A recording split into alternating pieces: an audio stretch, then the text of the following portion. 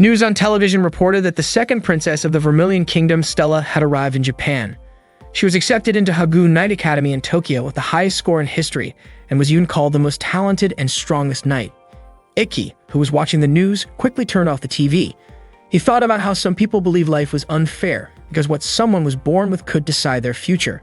Talent or no talent was something set from birth, and it felt like unchangeable fate. Those without talent would never defeat those who had it, so in the end, they had no choice but to give up on their dreams.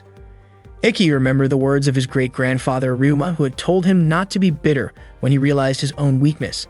That advice was proof that Ikki had not given up on his dream. Holding on to those words, Ikki summoned his sword Intetsu. He was a blazer, a special kind of human able to summon weapons formed from their very soul and use supernatural techniques through magic. Blazers recognized by the international organization were given the title of Mage Knight. Ikki's dream was to become one of them. After training with Intetsu, Ikki returned to his room only to find Stella there wearing nothing but light clothing. Shocked, he froze for a moment. Stella, equally surprised, became furious when she saw him. In his panic, Ikki clumsily tried to make things even, which only made the situation worse. Stella, angry and embarrassed, immediately slapped him. Because of that incident, Ikki was summoned by Kurono, the headmistress of Hagoon Academy. She explained that Hagoon had always been the most prestigious knight academy in Japan. Every year in the Seven-Star Festival that decided the strongest knight, Hagoon's representatives had almost always taken the championship. But lately, the academy's results had declined. That was why she had stepped in as headmistress, determined to restore Hagoon's glory. However, she had not expected Ikki to get involved in such an inappropriate misunderstanding. Ikki explained that it was just an accident. Kurono, though skeptical, questioned why he had reacted the way he did. Ikki admitted his behavior had been clumsy, but he tried to take responsibility by apologizing directly to Stella. He promised he would do whatever it took to make up for the mistake. Stella, still upset, initially wanted to spread the story, but after hearing Ikki's promise, she decided to forgive him only if he was willing to face the consequences. She teased him with an impossible demand, but Ikki refused, saying the accident was not worth such a punishment. Stella became more offended when Ikki downplayed the situation, and her anger flared. She called him a lowly commoner and threatened to unleash her power against him. Flames appeared around her as her fury grew. Ikki, frightened, desperately tried to calm her down. Stella accused him of violating her dignity by barging into her room and looking at her in a disrespectful way. Cornered, Ikki blurted out that he had looked at her because he was genuinely captivated by her beauty. Hearing his honest words, Stella was caught off guard. The flames around her fizzled out and she blushed in embarrassment. She wondered how Ikki could casually say such a thing. Ikki, meanwhile, insisted that the room was actually his own. Stella did not believe him until Kurono returned and clarified that from now on, they would be sharing a room. Both Ikki and Stella were shocked. Aki questioned why an A-rank student like Stella had to share a room with him, a Class F student. He admitted that the techniques he could use were limited to low-level physical enhancements, and his magic power was average at best. In other areas, his ability was at the lowest level in the academy. Kurono explained that this was why Ikki was nicknamed the worst one, the weakest student in Hagoon. The reason he and Stella were paired together was simple. There was no student weaker than Ikki, and no student stronger than Stella. Stella asked what would happen if more misunderstandings came up between them. Kurono pointed out that Hagoon had other cases of male and female students sharing rooms, so if they could not accept it, they were free to leave the academy. Stella reluctantly agreed to the arrangement but set 3 strict rules for Ikki. He was not allowed to talk to her, look at her, or even breathe near her. Aki was dumbfounded, especially by the last rule, but Stella explained she did not want him invading her personal space. She even said he could sleep outside the room if necessary, which led to more bickering between the two. To settle things, Kurono reminded them that knights solved conflicts with their swords. She proposed a sparring match where the winner would decide the room's rules. Akai thought it was a fair and reasonable idea, but Stella was certain that a failing student from Class F could never beat her. Eki, however, believed that anything could happen in a match, especially since he had trained tirelessly up to this point. Stella agreed to the duel, but she raised the stakes. The loser would have to serve the winner. Ake protested that it was going too far, and eventually they reached an agreement. Kurono declared that the duel would take place in 1 hour. Stella really could not understand why she had to face Ikki, who claimed he had worked so hard. She remembered how her mother once told her not to train too much, but little Stella had said that her small country needed a powerful magic knight, and she promised to control her strength. Stella was very confident that she could defeat Ikki in the match. As Stella walked toward the arena, the students around her were talking about it. They were surprised that the great Stella was about to fight the one known as the worst one. Kurono herself did not expect Ikki to finally agree to the duel.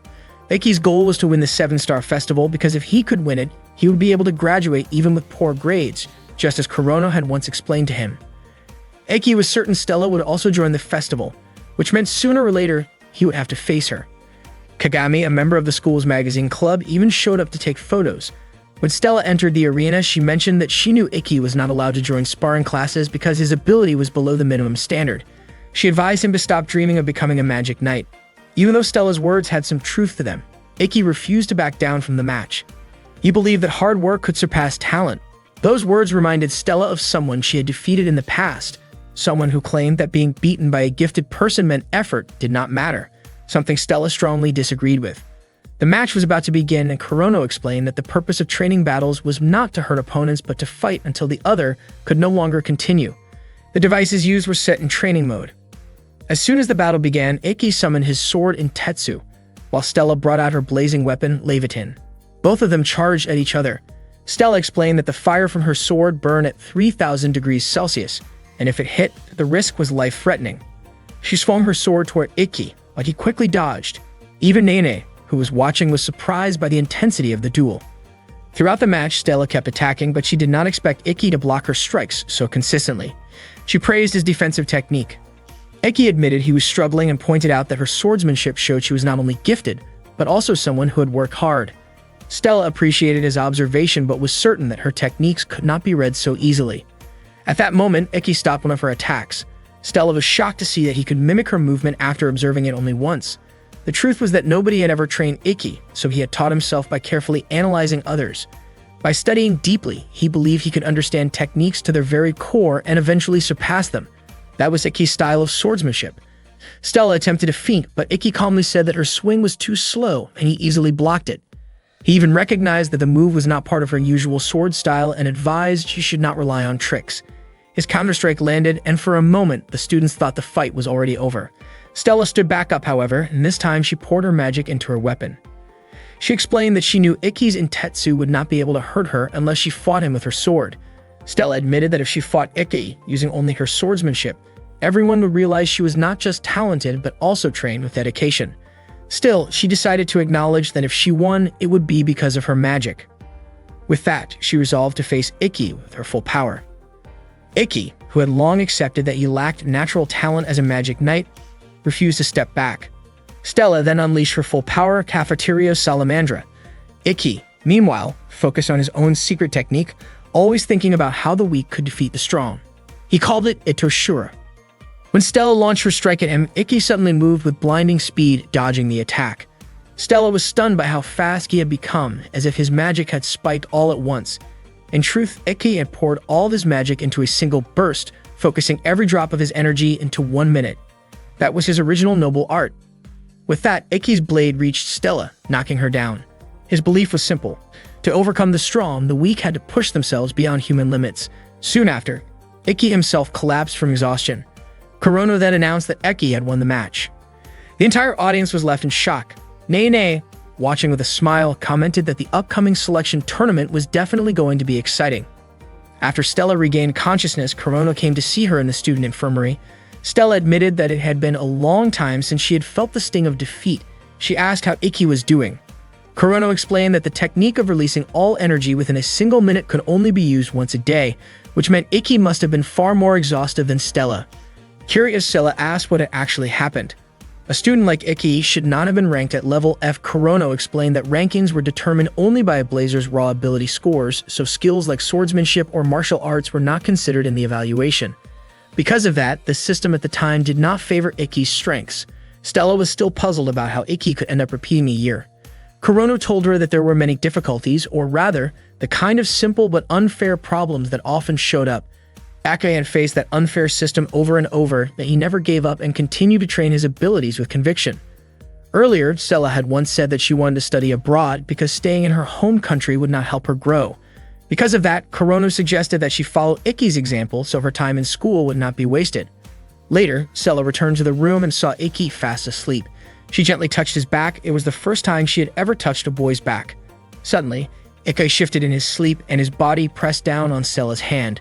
She carefully tried to pull her hand away, holding herself back from making any noise. As she noticed Ikki's shirt slightly open at the stomach, a brief thought crossed her mind to reach out, but she quickly held herself back. Remembering how Ikki had once seen her in an embarrassing situation, she wanted to even the score, so she lightly placed her hand on his stomach. The moment she touched him, Stella felt a strong surge of energy flowing from him. Surprised, she muttered to herself why she had even done that in the first place. To her shock, Ikki suddenly woke up and asked what she was doing. Startled, Stella screamed in embarrassment. After that, Stella sincerely apologized to Ikki. She admitted that she had judged him too quickly, and that if she had tried to understand him beforehand, she probably would not have lost the way she did. She openly acknowledged her defeat. Ikki then asked if Stella was now ready to fulfill their agreement, since the loser had to follow the winner's orders. Stella had no choice because she did not want to break her word. With frustration, she said that she would follow any order from Ikki. Ikki, amused by her expression, laughed. To Stella's surprise, Ikki's order was nothing more than asking her to become his roommate because he wanted to be closer to her. Stella's face turned bright red when she heard such a straightforward request. Ikki told her he would cancel the arrangement if she was uncomfortable with it, but Stella quickly stopped him. She said she would go along with it, insisting that she was only carrying out his order. Still flustered, Stella asked Ikki to call her by her real name. From that moment, the two of them agreed to be good friends. Shizuku was Ikki's younger sister. One day, she realized that even in their peaceful world, there was still a cruel fate. Ikki, the brother she loved so much, suffered because of it. No one in their family cared about him. One morning, Ikki and Stella were out jogging together. For Ikki, running 20 kilometers every morning was just part of his routine.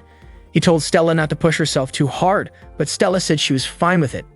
Ikki reminded her that her magical powers were already more than enough to make up for her stamina, but Stella insisted that she could keep up. Ikki pointed out that she just didn't like losing. Ikki offered her a drink from his bottle, but Stella hesitated, feeling a little embarrassed. Ikki quickly apologized, thinking she didn't want to drink from his bottle. But to his surprise, Stella snatched it and drank anyway.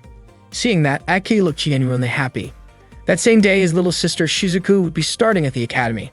They hadn't seen each other in 4 years. Stella wondered if Shizuku was actually his stepsister, but Ikki explained that they were true siblings by blood. Stella felt relieved when she heard that. Later, Yuri, who was Ikki and Stella's homeroom teacher, introduced herself to the class. She explained the selection process for the upcoming Seven Stars Festival. Stella noticed Yuri's voice sounded weak, but Ikki reassured her that even though Yuri seemed frail, she was a good teacher. The principal had announced during the opening ceremony that unlike in the past when representatives were chosen based on grades, this year, the selection would be through a tournament. The top 6 students would qualify as representatives. The rules were simple and fair. The tournament would begin the following week, and schedules as well as opponents would be sent to students by email through their ID cards. Stella asked how many matches they need to fight. Yuri said each student would have about 10 matches, which meant 1 match every 3 days. Ikki thought that would give him enough time to use his ability, Itershura. Yuri also explained that anyone who didn't want to participate could withdraw since it wouldn't affect their grades. She encouraged the class, raising her voice in cheer, but suddenly collapsed and coughed up blood.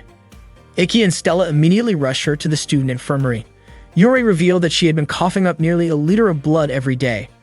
Ikki gently told her not to push herself so hard, but Yuri insisted that the day was special and she didn't want to look weak.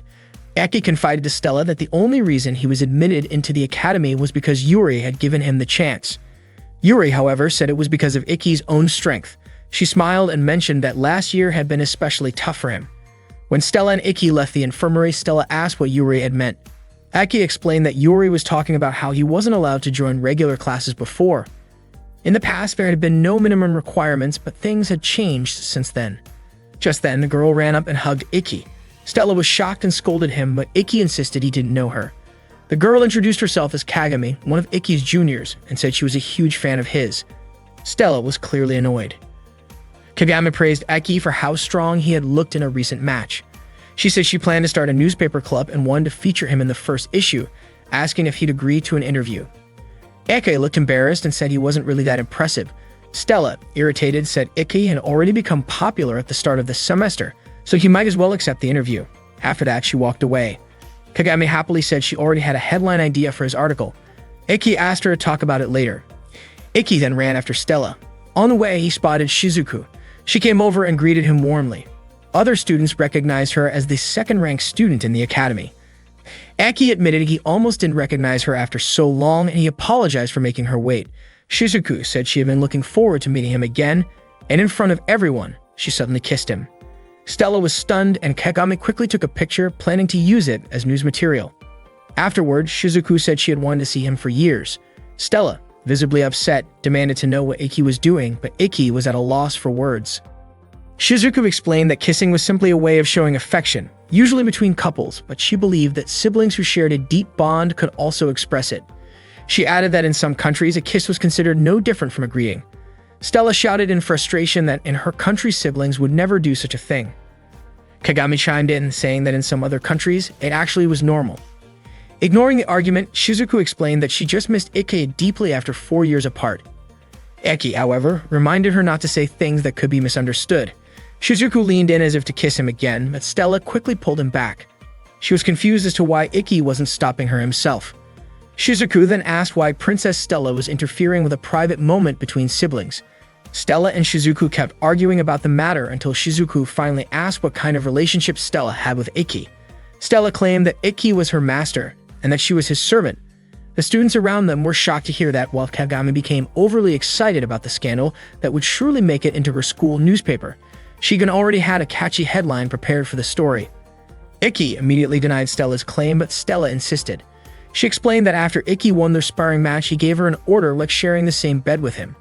Hearing that, Shizuku turned to Ikki and asked if it was true.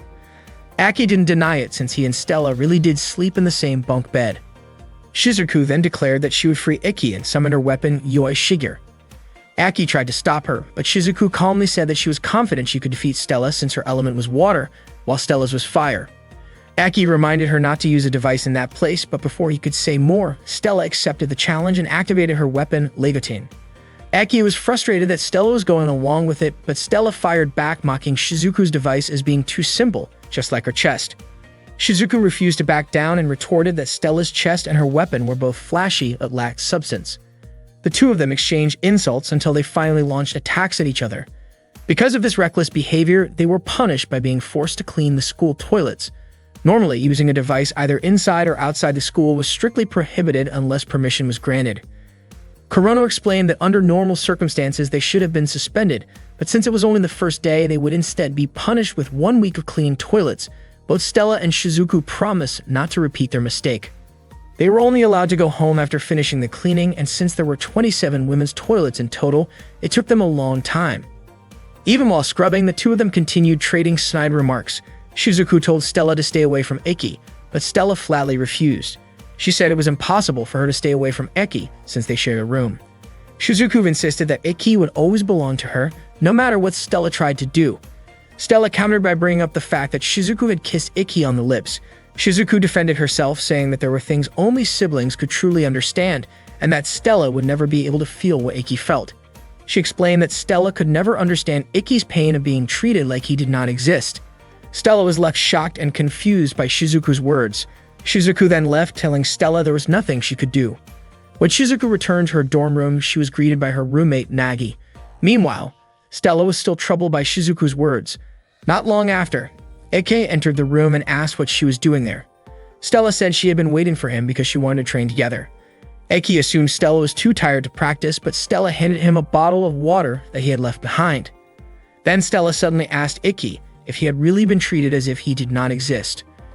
Ikki was startled by the question and accidentally spat out the water he was drinking. He guessed Shizuku must have told her and admitted that he had wanted to share that story with Stella anyway.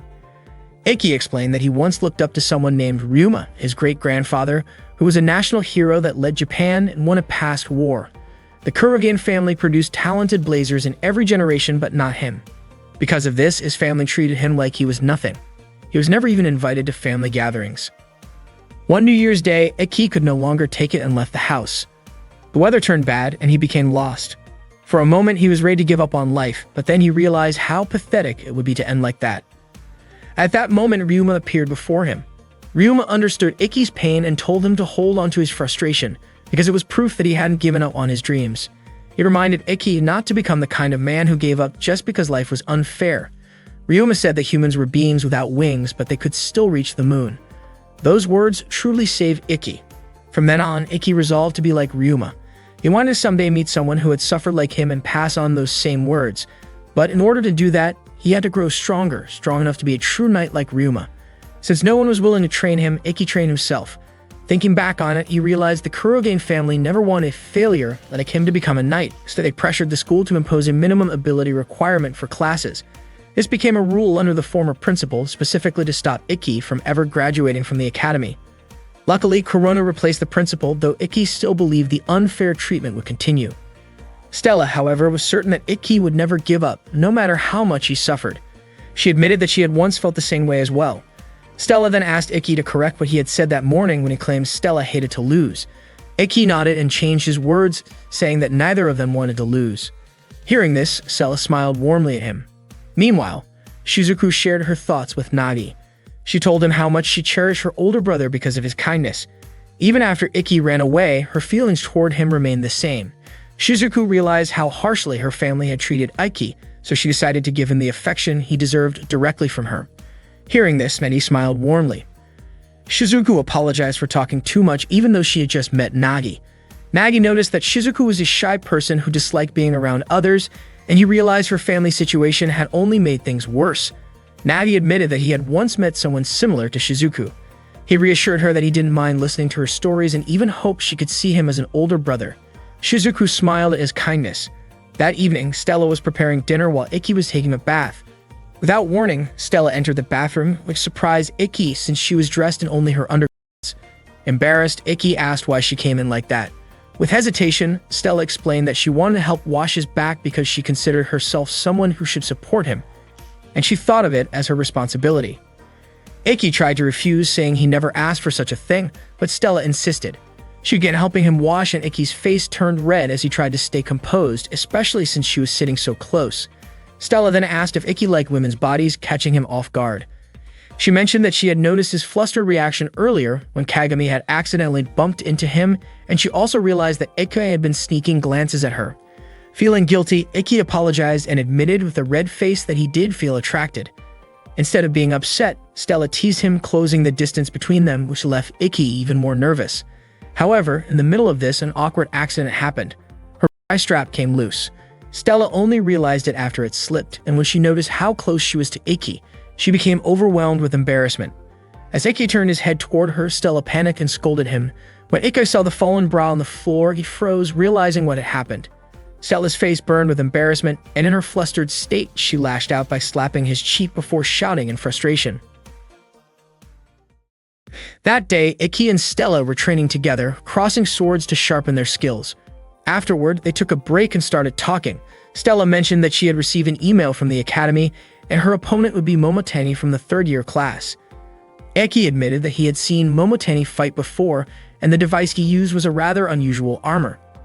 Stella asked Ikki not to tell her anything about it, since she was the type who disliked looking up information on her opponents. She wanted to treat it as practice, in case she ever faced an unfamiliar blazer. Ikki agreed, since there were times when not knowing an opponent's level of skill was part of the challenge. Stella then said that researching an opponent's strength, as Ikki often did, was also important. Suddenly, Ikki smiled.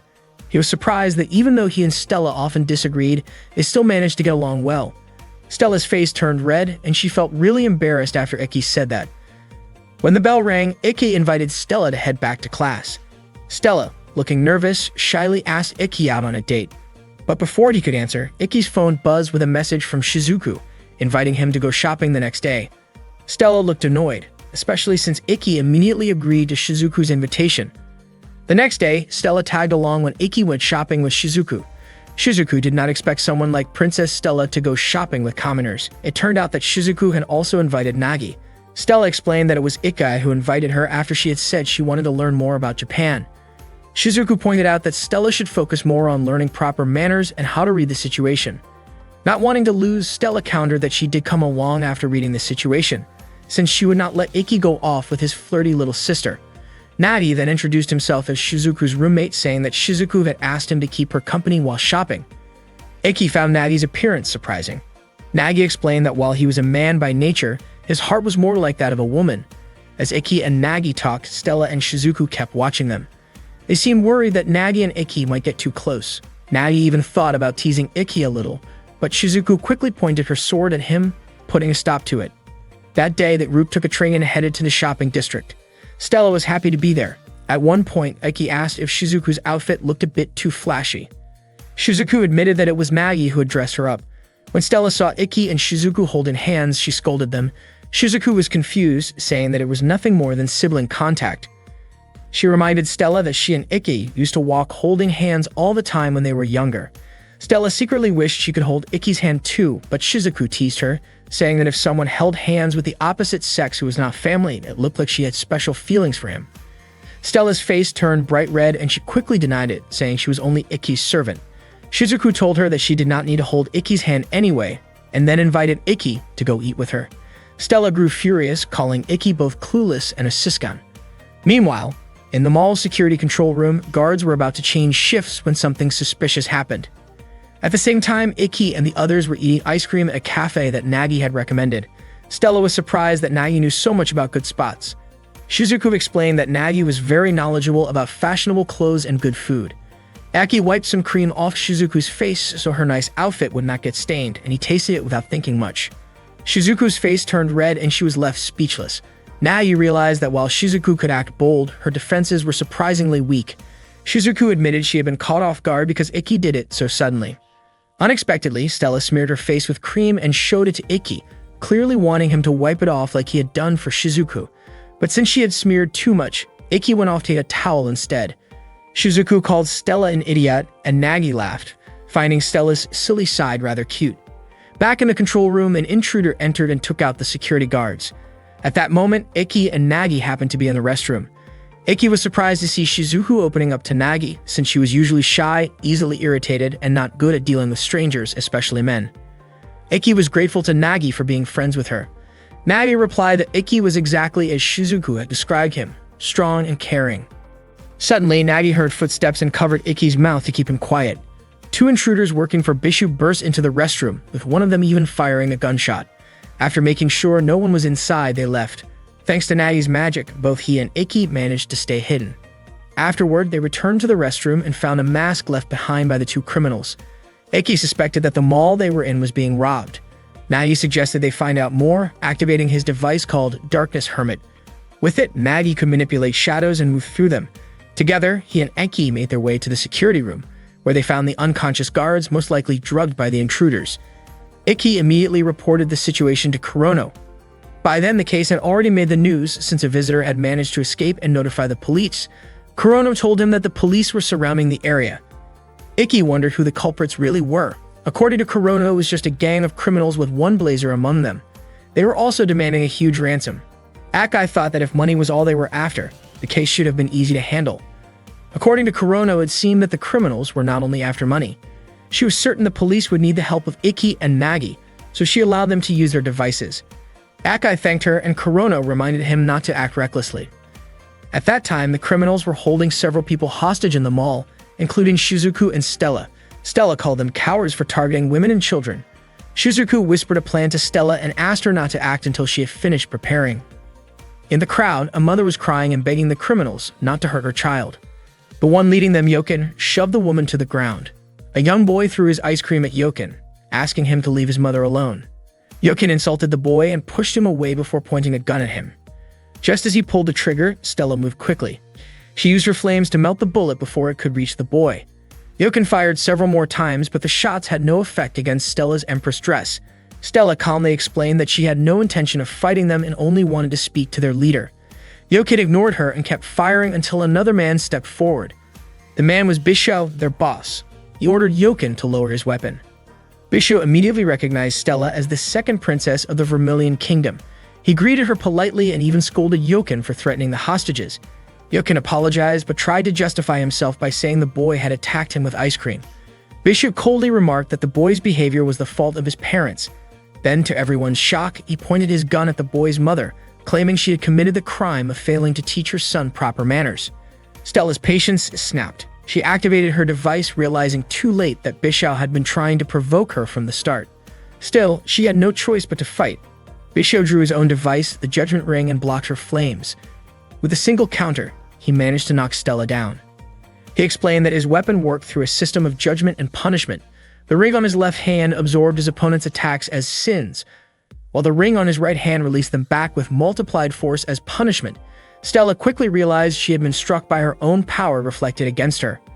Bishu mocked her, calling her noble for risking her life to protect strangers. Then, with a twisted laugh, he demanded that Stella humble herself before him if she wanted to save the hostages. Stella refused to give up, and Bishu burst into loud laughter at his own cruelty. Ikki, furious, wanted to rush in, but Nagi stopped him. Nagi reminded him that acting recklessly could put everyone in greater danger. Meanwhile, Stella's resolve hardened, and though Bishu thought he had broken her, she stood strong. At the same time, Shizuku was secretly casting a spell. Nagi reassured Ikki, telling him to trust his sister, since she was one of the Academy's best magic users. Sure enough, Shizuku managed to quietly create a barrier around the hostages, keeping them safe without the criminals realizing it. Bishu eventually noticed that Stella wasn't the only blazer present. He ordered his men to open fire on everyone. Yokin and the others obeyed, but their bullets bounced harmlessly off Shizuku's magical shield. Confident now, Shizuku believed Ikki would finish the fight.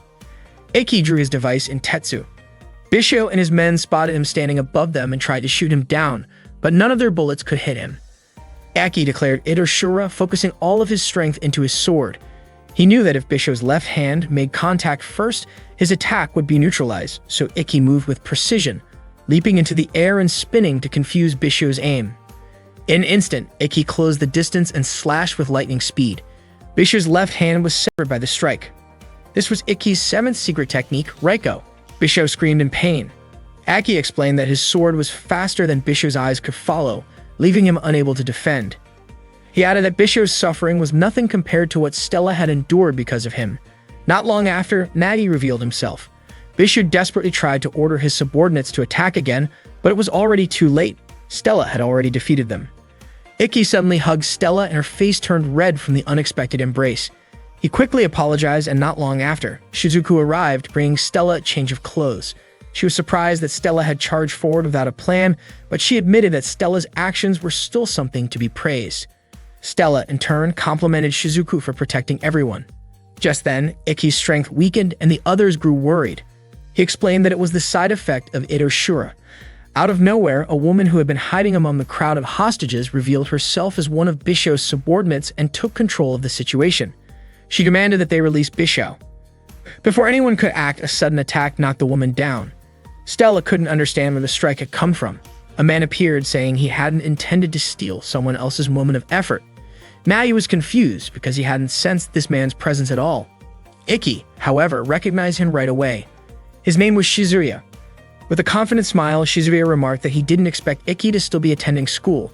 Soon after, the police arrived and arrested Bishu and the others. The girls quickly gathered around Shizuya, praising him as if he had been the one to defeat the villain. Seeing that, Stella grew irritated, and Shizuku quietly agreed with her. Ikki approached Shizuya to thank him, saying that thanks to him, everyone was safe. Shizuya responded that it was only natural to protect those who couldn't protect themselves, but then asked Ikki if he still planned to become a knight with such limited strength. Stella immediately grew defensive and demanded Shizuya stop talking that way, but Ikki gently held her back.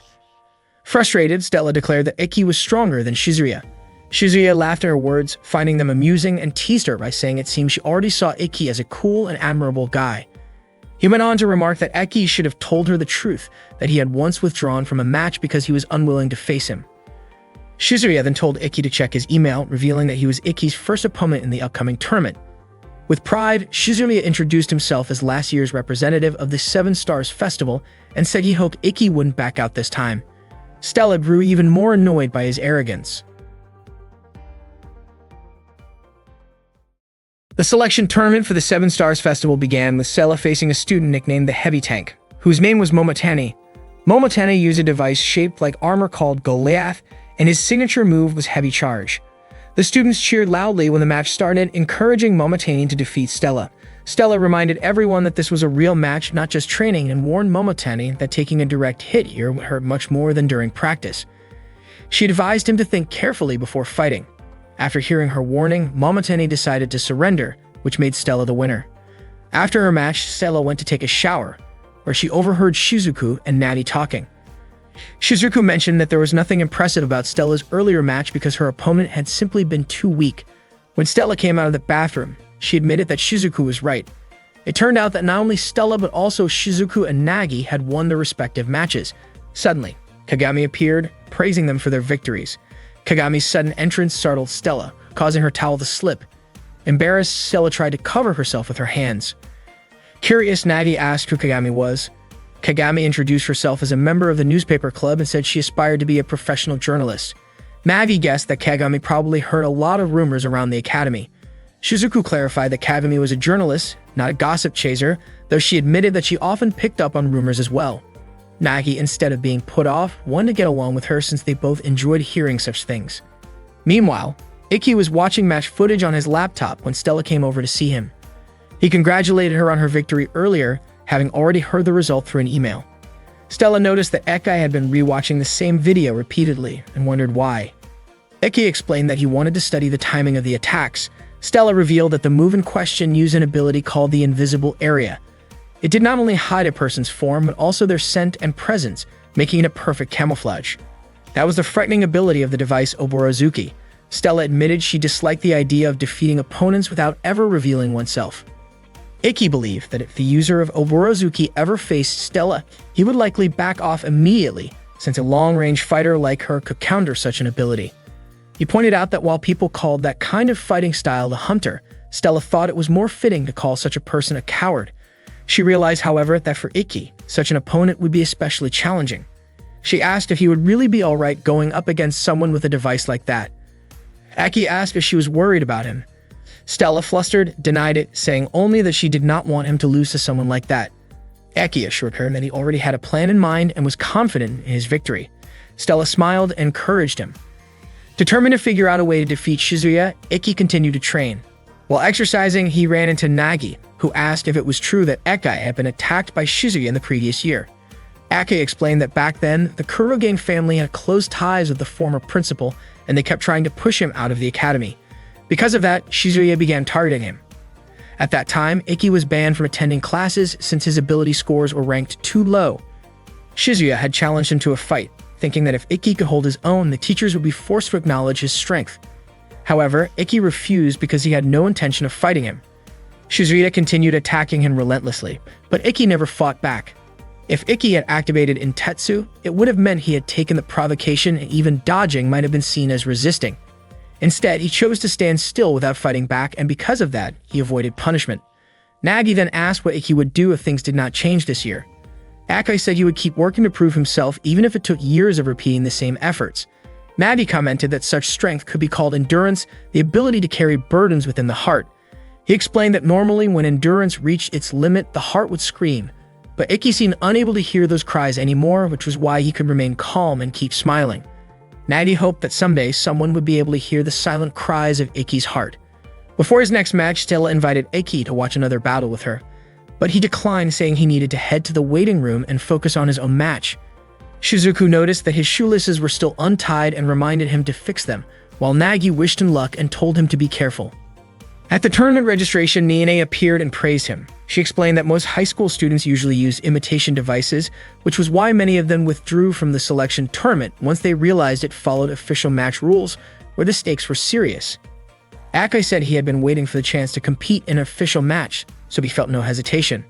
Nene was impressed, and Ikki recognized her immediately. Every student knew that Nene was the demon princess of the KOK Top League.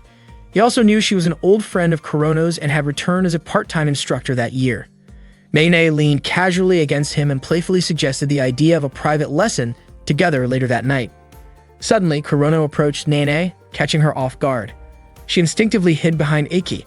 Kurono questioned why Nene, who was supposed to serve as the commentator and overseer for the third match, was lingering there. Nene admitted that she was bored with the previous match, and Kurono promptly pulled her back to her designated spot. 30 minutes before Ikki's match, he focused intently on preparing himself. He could hardly believe that he had finally reached his first official match. Years of patience and perseverance had led him to this moment. Confident that he would not lose, he waited for the time to arrive. When the 30 minutes had passed, it was finally Ikki's turn to step into the arena. This was the fourth match of the day, and Hangetsu and Nene were in charge of guiding the proceedings. The students were buzzing with excitement, eagerly anticipating the battle. The first contestant to appear was Shizuya, a student from Class C who had previously represented his class in the Seven Stars Festival during first grade. The crowd erupted in cheers at his arrival. Opposing him was Ikki, a Class F student who had recently defeated Stella in a practice duel. Shizuya arrogantly expressed disbelief that Eke had dared to show up for this match, claiming he would easily crush him. Without hesitation, Shizuya activated his Oborozuki device, manifesting as a bow, while Ikki readied his Intetsu device in the form of a sword. Ikki concentrated fully, but Shizuya mocked the intensity of his gaze. Despite being reminded that the match had officially begun, Shizuya continued taunting him for appearing impatient. Then, Shizuya activated the invisible area, causing both of them to vanish from sight. The arena now resembled a dense forest, with the environment itself adding to the challenge. 04. As arrows flew from every direction, Ikki managed to deflect them. Suddenly, he noticed a rip in the air and realized that he had located Shizuya. With a swift strike of his sword, he landed a successful hit. The invisible area could not conceal the physical trajectory of Shizuya's arrows, and Ikki followed the paths they left behind. The chase led them up into the trees. Shizuya could not believe that Ikki was serious about defeating him, while Ikki remained determined to prevail. Shizuya laughed at Ikki's resolve. Ikki prepared to accept Shizuya's attacks, confident he could block them. Shizuya then disappeared and began launching invisible strikes. Ikki could not avoid these attacks initially and wondered how Shizuya was able to execute them. Shizuya explained that he did not rely on cowardly shortcuts. This year, the invisible area could fully conceal the arrows until they struck the target. One arrow hit Ikki, causing him to stumble. Hangetsu was shocked by Shizuya's strength, clearly surpassing last year. Nagi grew increasingly concerned, and Shizuku noted that Ikki's plan might be in jeopardy. Stella questioned why Ikki had not used his techniques immediately. Knowing that this would be the ideal moment, Shizuku observed that Ikki's fighting style focused on analyzing the opponent, though Sato criticized it as a waste of time. Nagi, however, reasoned that Ikki was not careless but simply too nervous to seize the opportunity. Stella found this hard to believe, yet she acknowledged Ikki's rare display of confidence, as he had never declared certainty in victory before. Facing a barrage of arrows, Ikki continued to endure. Stella finally understood what Eke had been experiencing all along, despite being the person closest to him. Shizuya called for Ikki to engage fully, mocking him and claiming that the headmaster's decisions were too heavy for someone like him. The students were taken aback by his words. Shizuya then declared that if Ikki could win the Seven Stars Festival, he could graduate, prompting laughter from the audience. Shizuya continued taunting Ikki, and the students remembered the previous match against Stella, convinced that no Class F student could ever triumph over a Class A opponent. Despite not participating in the fight themselves, the spectators laughed at the challenge Ikki faced. Shizuya's arrows struck Ikki repeatedly, leaving him exhausted. Seeing this, Stella shouted for the students to stop mocking him, defending the young swordsman she admired. She encouraged Ikki not to give up, expressing that she preferred to see him fight with determination and wanted him to appear strong in her eyes. Inspired by her support, Ikki stood up and clenched his fists, silently thanking Stella for her encouragement. Shizuya, noticing Ikki's reaction to the female cheers, laughed at him. Ikki took a deep breath to regain focus, perplexed at his fixation on tracking Shizuya's arrows. Shizuya planned to target Ikki's mind while he was in a state of happiness. Ikki, however, had anticipated this and knew that he had one thing he could rely on, Itoshura. He activated the technique, but to Shizuya it seemed like a flawed move that could not compare to his own skill. Ikki's ability allowed him to observe an opponent's techniques and attacks in detail, paying attention to angles, words, and even the tone of voice when Shizuya released an arrow. By doing this, Ikki managed to anticipate Shizuya's arrow attack, leaving Shizuya genuinely surprised. Ikki had expected that Shizuya would change his target, and the sudden shift caused Shizuya to panic, thinking that Ikki could see him. While Ikki could not perceive Shizuya's physical form or shadow directly, he could infer his movements by analyzing Shizuya's attack style, the depth of his strikes, his emotions, and his tone of voice. Following these cues, Ikki could track Shizuya and ensure that he would not escape. Nene laughed at the scene, while Hangetsu asked how Ikki was able to track Shizuya so accurately. Nene explained that Ikki possessed the ability called Blade Steel, which allowed him to understand how an opponent's techniques worked. At that moment, Ikki was essentially reading Shizuya's strategy. The technique he used was called Perfect Vision. Ikki unleashed the full extent of his power against Shizuya, moving with unstoppable momentum. Even when Shizuya unleashed his Million Rain attack, Ikki continued to advance steadily. Shizuya grew increasingly fearful, to the point of pleading with Ikki not to harm him. Ikki's sword strike landed just inches from Shizuya's face, and he admitted that he might need to train more since his strike had missed by only a millimeter. Shizuya then collapsed, unable to continue the match, and Ikki was declared the winner. Hangetsu announced that Eke had officially won his first match, prompting cheers from the audience. Eke glanced at Stella before suddenly fainting. Hangetsu immediately instructed the medical team to take Ikki to the student infirmary. Nene had already suspected that the selection process at that stage could not be overlooked. That night, Ikki woke up to find Stella sleeping nearby. At the same time, Shizuku stood quietly by the door of the infirmary. Nagi asked why she did not come inside. Shizuku remained silent and immediately embraced Nagi. Nagi admitted that he liked Shizuku's personality. Soon after, Stella woke up and felt embarrassed, lightly hitting Ikki because he had seen her sleeping while drooling. Ikki apologized for causing her concern. He confessed that he also had feelings for Stella and felt grateful to have met her. Stella became flustered, realizing that while she admired Ikki, her admiration was more for his courage and determination rather than romantic feelings. Ikki understood this, yet admitted that he had wanted to express his feelings.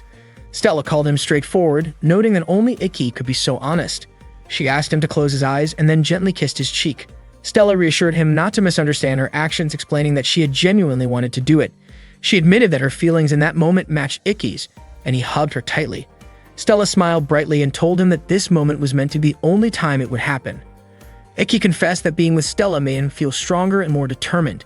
He invited her to aim for the pinnacle of their skills together, which meant that in the final match he would face Stella. Stella felt confident that this time she would be the one to win.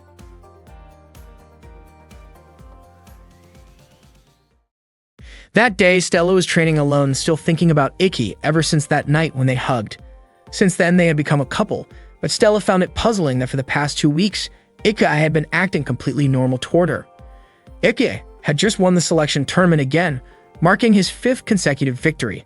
His friends no longer called him the worst one and had started to see him as a skilled swordsman.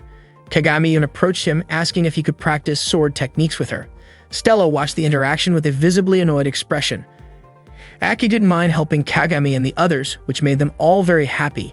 Kagami began taking notes for her next front-page article about the warm guidance she received from Ikki. Ikki wondered why their training sessions seemed to shift in focus, but Kagami said it was fine and decided to start her practice the following day.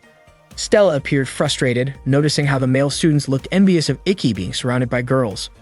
Before long, Yuri arrived to begin their class, but unexpectedly, she collapsed and became unconscious, causing panic among the students. Later in the room, Stella questioned why Ikki was so brave. She was concerned because Kagami and her friends were skilled fighters, so training them could turn them into challenging opponents for Ikki. However, Ikki hoped for that outcome, believing that if it happened, it would show Kagami and the others were truly deserving of training. Besides, if they faced difficult situations, Ikki's advice might help them. He simply wanted to do whatever he could. Stella realized just how kind-hearted Ikki really was.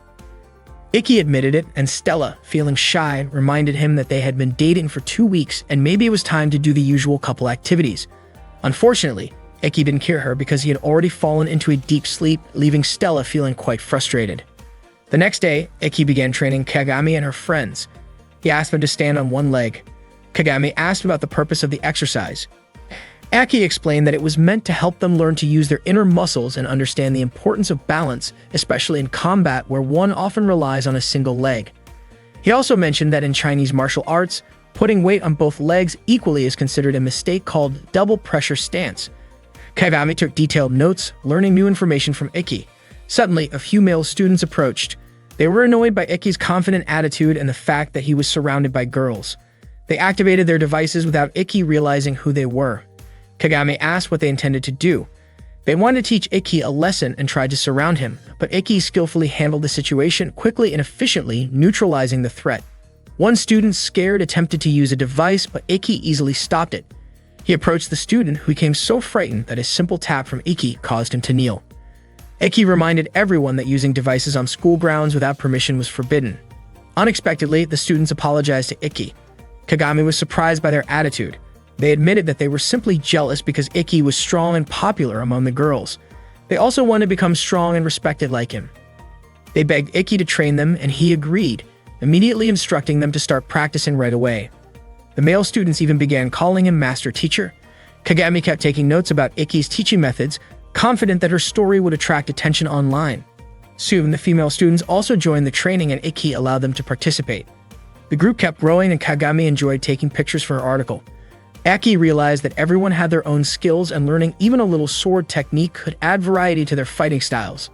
Stella had prepared a sports drink for Ikki, but Shizuku beat her to it, grabbing his hand and giving him the drink. Ikki drank it, while Shizuku excitedly joked about the flavor. Both Stella and Ikki were startled, but it turned out Shizuku was just teasing. She asked why Stella brought 2 bottles, and Stella admitted she was very thirsty and wanted both. Unexpectedly, Stella drank them herself before Ikki could stop her. Shizuku decided to join Ikki's training. Even though she had a trainer at home, she claimed she wouldn't want to train under someone who had previously rejected Ikki. Ake permitted her to join. Stella didn't want to be left out and tried to join as well, but Ikki didn't immediately allow it. Frustrated, Stella ran off, upset that Ikki wasn't being sensitive to her feelings. On her way, she ran into Nagi, who had a dating game called Shiritsu Prince Kakuan, which Stella borrowed out of curiosity. She played it in her room, enjoying the romantic interactions and imagining moments like holding hands, sharing a kiss, and hugging. Suddenly, Ikki appeared, startling Stella. He told her that tomorrow's training session would be held at the swimming pool and invited her to join. Stella questioned why he was inviting her when he hadn't intended to train her before, and Ikki explained the reason. The next day, Ikki, Stella, and the others set off on the bus. Stella looked cheerful, sitting next to Ikki. Shizuku wondered why Stella was joining them, while Nagi guessed that Stella must have been so hooked on Shirapu's game that she was ignoring the real world. Stella smiled, remembering what Ikki had said yesterday. She realized that she had already reached the point where Ikki could train her, even though their sword styles were very different. Aki's technique relied more on strategy, while Stella relied on raw strength. If she practiced with Ikki, the results could be unpredictable. Ikki wanted Stella to grow far beyond what she imagined. Her eyes sparkled as she felt moved by his concern. Stella watched Ikki's peaceful sleeping face on the bus, and Kagami noticed the quiet moment between them. When they arrived at the swimming pool, the students changed into their swimsuits, looking impressive in their new attire. It was Stella's first time seeing a swimming pool in Japan. Shizuku teased her, joking that a foreign princess had never experienced the outside world. Stella explained that in her palace, pools of that size were usually only for bathing. The two of them always seemed to bicker, no matter where they were. The boys watched with admiration, feeling lucky to follow in the footsteps of their great teacher. Ikki instructed them to relax their bodies and float in the water. This exercise was meant to train their lung capacity. Kagami continued taking notes on everything Ikki said. While in the water, they would become more in tune with themselves. Ikki asked them to focus on their bodies and listen to the inner voice within. Stella seemed slightly bored because Ikki wasn't spending much time with her, even though she had gone through the trouble of picking out her swimsuit. At one point, she accidentally dropped the ball, which hit another girl. Stella apologized, but the girl barely paid attention. Stella dove into the pool, following Ikki's instructions, trying to listen to her heart to determine which sense was her strongest. She was confident that Ikki's Ito Shura technique would sharpen that sense to its limit. As she focused underwater, she was startled when Kagami asked about her relationship with Ikki. Stella choked and quickly surfaced. Kagami immediately apologized, and Stella asked what she meant by that question. Stella tried to brush off the topic, thinking it impossible for a princess to date a commoner. Kagami then asked if that meant she could pursue a relationship with Ikki herself, even jokingly suggesting she would confess to him. Hearing this, Stella quickly stopped her, accidentally admitting that Ikki was her boyfriend.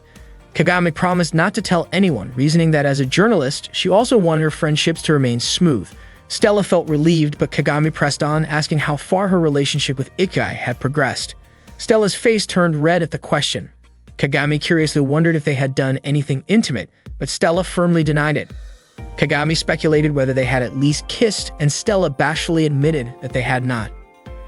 Ikki was still training the students, and Shizuku was surprised to see that he remained so enthusiastic. She asked Nagi whether it was strange for a younger sister to have feelings for her older brother. According to Nagi, while it was unusual in general, he believed that Shizuku would continue to like Ikki regardless, and that this was a form of true affection. Meanwhile, Stella was sharing her feelings with Kagami, who realized that Stella was deeply devoted to Ikki. Stella admired everything about him, from his life path to his dreams. Kagami was curious whether there had been any progress in Ikki and Stella's relationship over the past 2 weeks. Stella admitted that she did not want to force anything, she simply wanted them to appear more like a couple.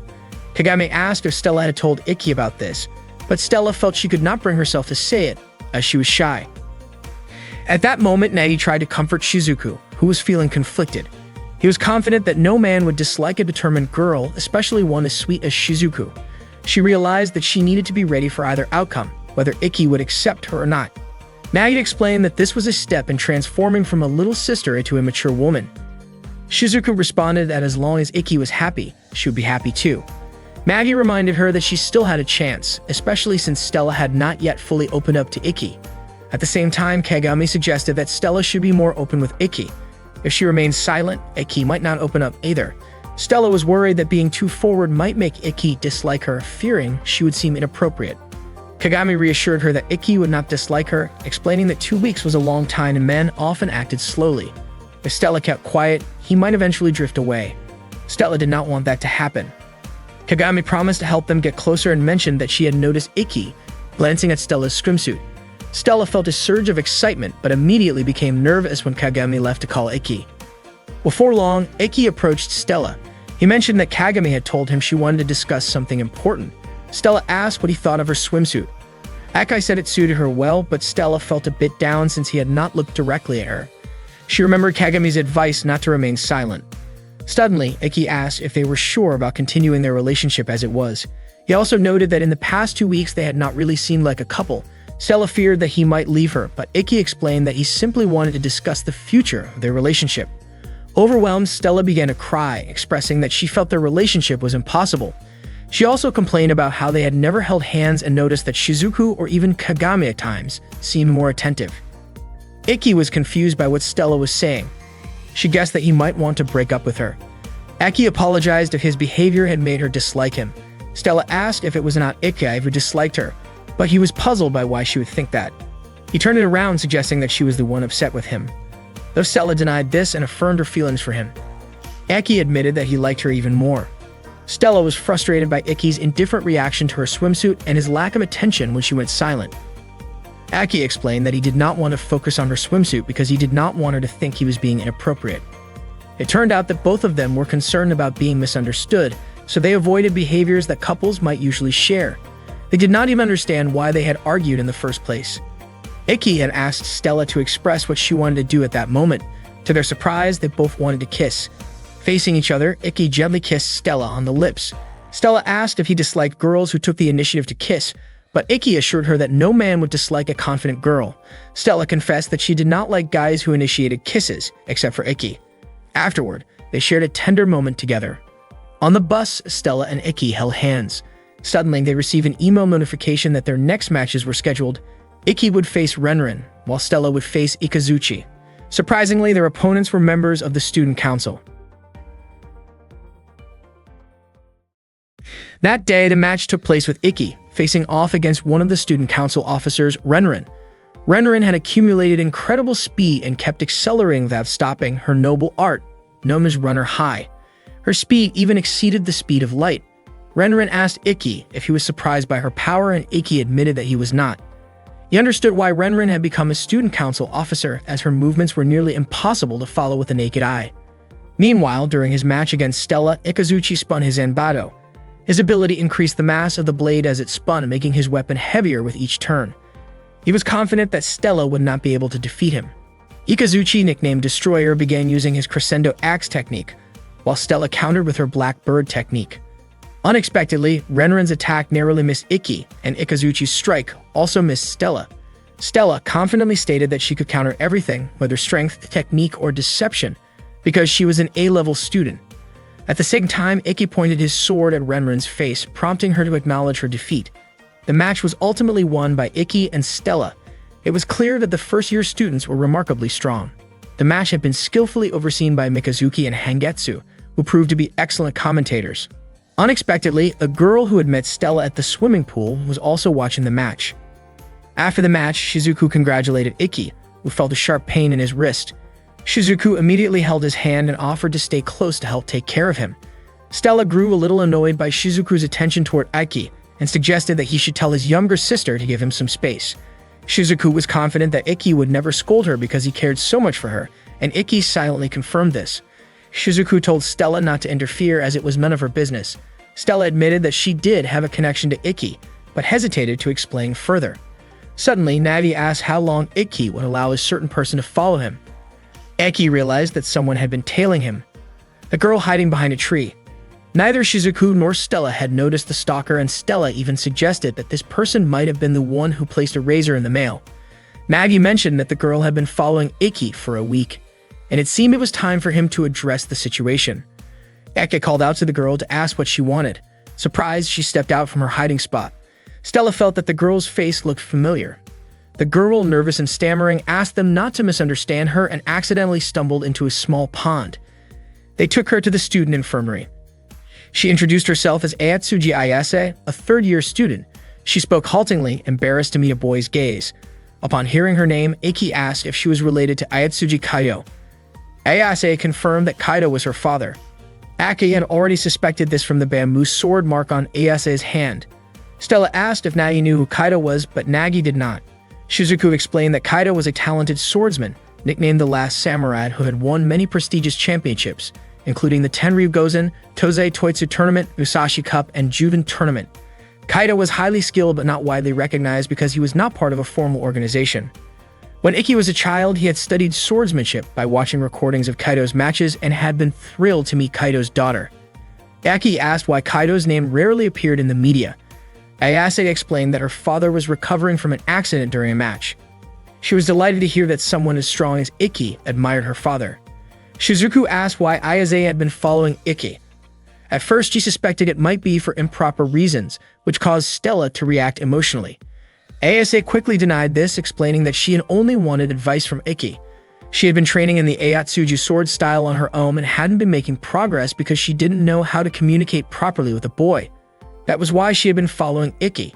Iki was surprised that she had spent a whole week thinking about how to approach him. Ayase apologized to Iki, who smiled and invited her to practice swordsmanship together. During their practice, Iki noted that Ayase's stances were solid. She had not forgotten the basic movements, but her motions remained varied and at a high level. When one of her strikes came close to Iki's neck, he asked her to stop. Iki then asked if she meant that she hadn't progressed because she could not match Kaido. Ayase admitted this. No matter how fast she moved, she could not reach Kaido's speed, even though she had learned his movements perfectly. Aki explained that trying to imitate Kaido had actually hindered her growth since their bodies and muscle structures were different. The higher the level of the person Ayase tried to imitate, the more obvious the differences became. Ayase noticed this and praised Iki for his skills.